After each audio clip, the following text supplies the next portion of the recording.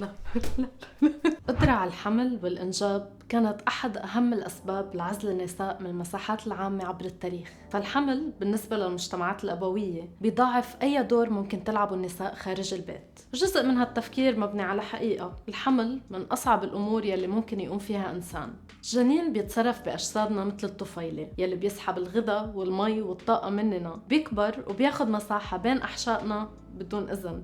لأغلب حياة البشرية الولادة كانت السبب الأول لموت النساء، هذا غير الهرمونات يلي بتصير تلعب بعواطفنا وقلقنا بشكل متعب. فالأنظمة الأبوية استغلت كل هاي العوامل لتقصي النساء من الحياة الاجتماعية والسياسية، تحصرهم بأدوار رعائية محددة. لهيك أحد أشهر الكاتبات النسويات بالعالم شلمت فايرستون طالبت بتحرر النساء من الدور البيولوجي كمطلب نسوي، يلي هو كان مطلب راديكالي بالسبعينات. كان جزء من حركة نسوية ناضلت من أجل الحق بعدم الإنجاب، يعني من أجل جنس دون إنجاب. بآخر فترة في تركيز أكثر على تطوير التقنيات المساعدة للإنجاب، يعني الحق بالإنجاب بالرغم من العقم أو العوائق الطبيعية أو القدر أو الوضع الاجتماعي أو حيلا سبب واقف بوجهنا بوجه إنجاب أطفال بينتموا إلنا بيولوجياً، يعني من أجل إنجاب ولو بدون جنس. خلينا نحكي عن تقنيات الإنجابية، تسليع الحمل والإنجاب من منظور نسوي.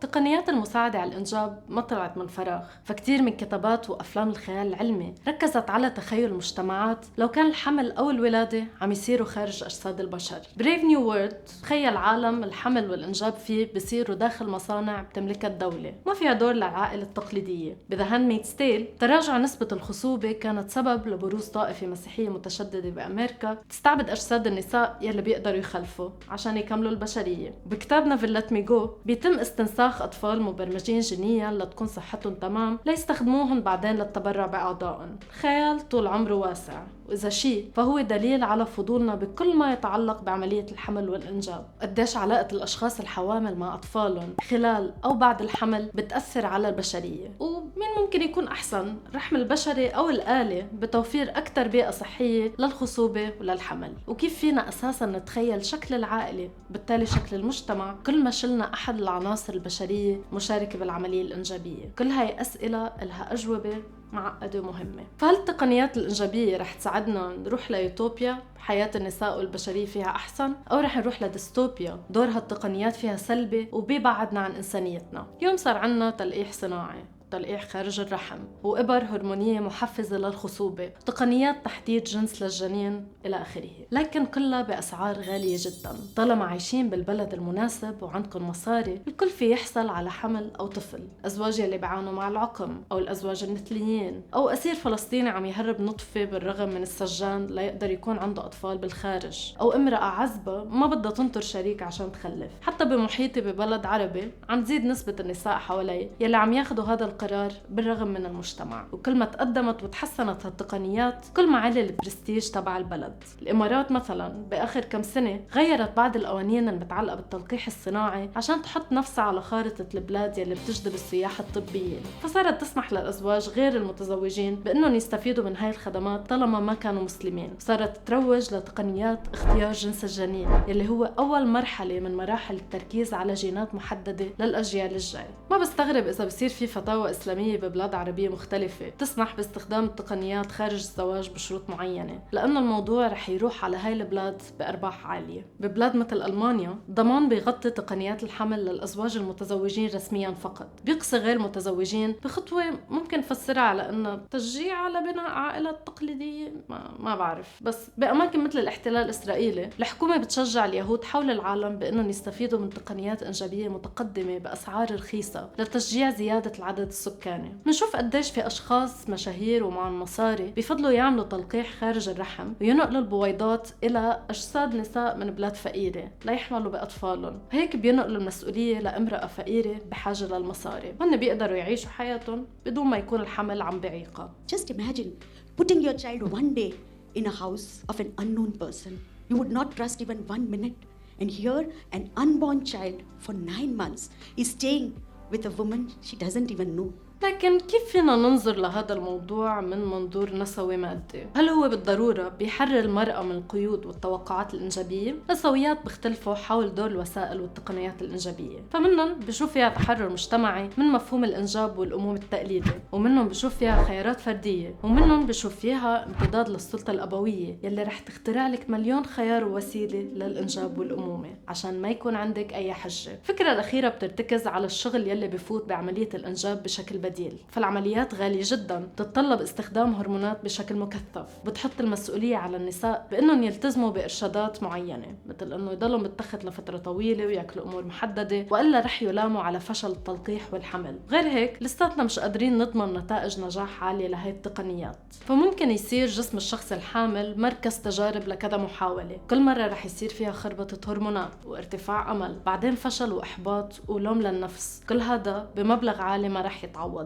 لكن كيف فينا نفكر بهاي الديناميات بنماذج الإنجاب الأخرى، مثلا بين زوجين مثليين أو لامرأة عزبة أو رجل عابر ما عليه ضغط للإنجاب أساسا؟ ولما نروح لحالة استئجار الأرحام، كيف فينا نفكر بالموضوع بدون ما ناخذ العامل الاقتصادي بعين الاعتبار؟ نسأل هل المرأة يلي عم تحمل عن امرأة أخرى رح تقوم بالموضوع إذا ما كانت فقيرة وما كان في مقابل مادي؟ საჭმლის ფულით და ბევრი რა სკოლაში ორი ბავშვი ყავს.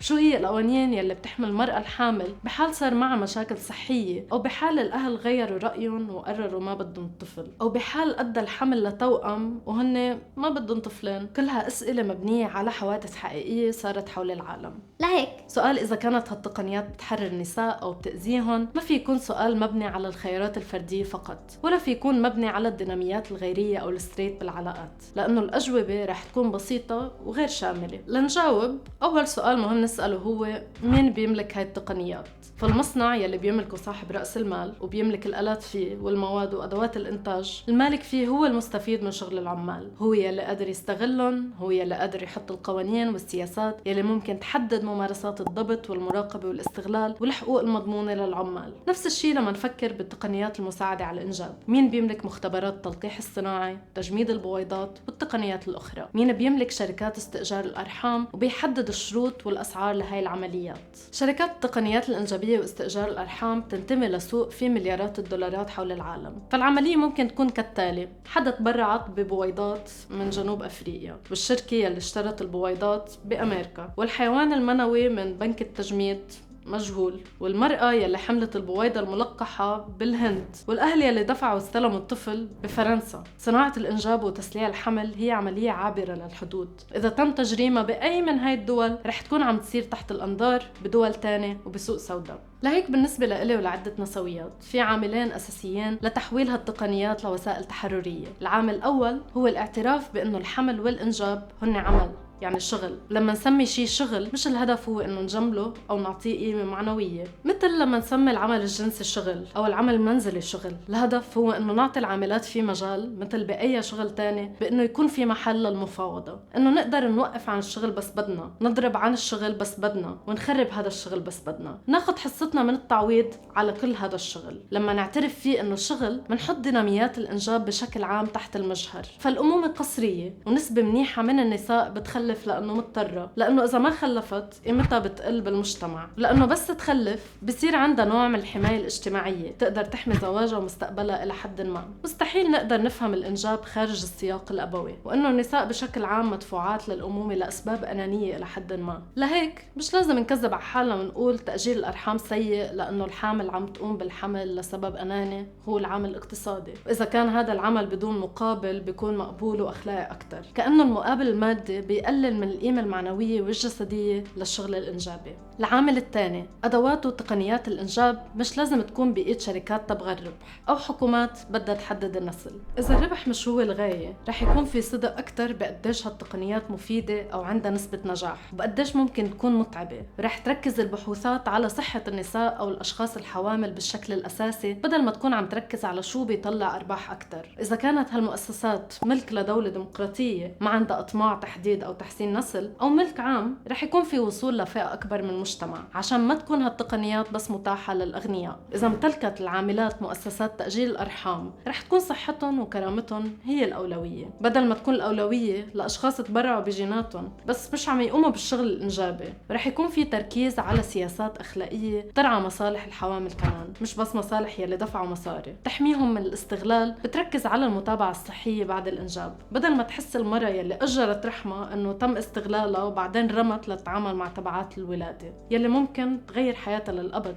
ممكن يكون في تركيز على خيار الحامل إنه تقدر تتواصل مع الطفل بعدين، بدل من إجبار على الانسلاخ الكامل من جنين حملته 9 أشهر. يمكن خلق عنده نوع من التعلق وكأنه هالطفل إجا من ولا شيء. الإنجاب طول عمره مسلع، فهو بيخلق حياة، بيخلق عمال، بيأثر بالعلاقات الزوجية والاجتماعية وقيمة النساء بالمجتمع. النساء السود اللي كانوا مستعبدات بأمريكا كان يتم اغتصابهم وإجبارهم على توليد عبيد مستقبليين. النساء اللي كانوا عايشين بأماكن جافة وحارة أو قبلية مثل شبه الجزيرة العربية كانوا يستخدموا مرضعات للعناية بأطفالهم لتوطيد العلاقات بين القبائل، أو لتقدر المرأة تشارك بحياة اجتماعية دون التقيد بالرضاعة. حتى بقانون حمورابي من آلاف السنين بمنطقة بلاد ما بين النهرين، كانت المرأة يلي ما بتقدر تخلف تنقل مسؤولية لخدمتها لتخلف عنها. لك حتى بسوق التبني يلي طول عمرنا منفكر فيه كوسيلة غير أنانية لرعاية أطفال بحاجة، هو سوق بيشجع النساء يلي ما بدها أطفال إنها تخلي حملها وتولد وتساهم باستمرار سوق فيه مليارات الدولارات. إلغاء تسريع الإنجاب عملية شبه مستحيلة، لهيك العمل على اعتباره شغل وصن قوانين تحمل عاملين فيه وامتلاكهم لوسائل الإنتاج والإنجاب، تحدي أفكارنا التقليدية عن الأمومة كلها خطوات بالطريق الصح ليصير استخدام هالتقنيات مفيد لتحرير المرأة.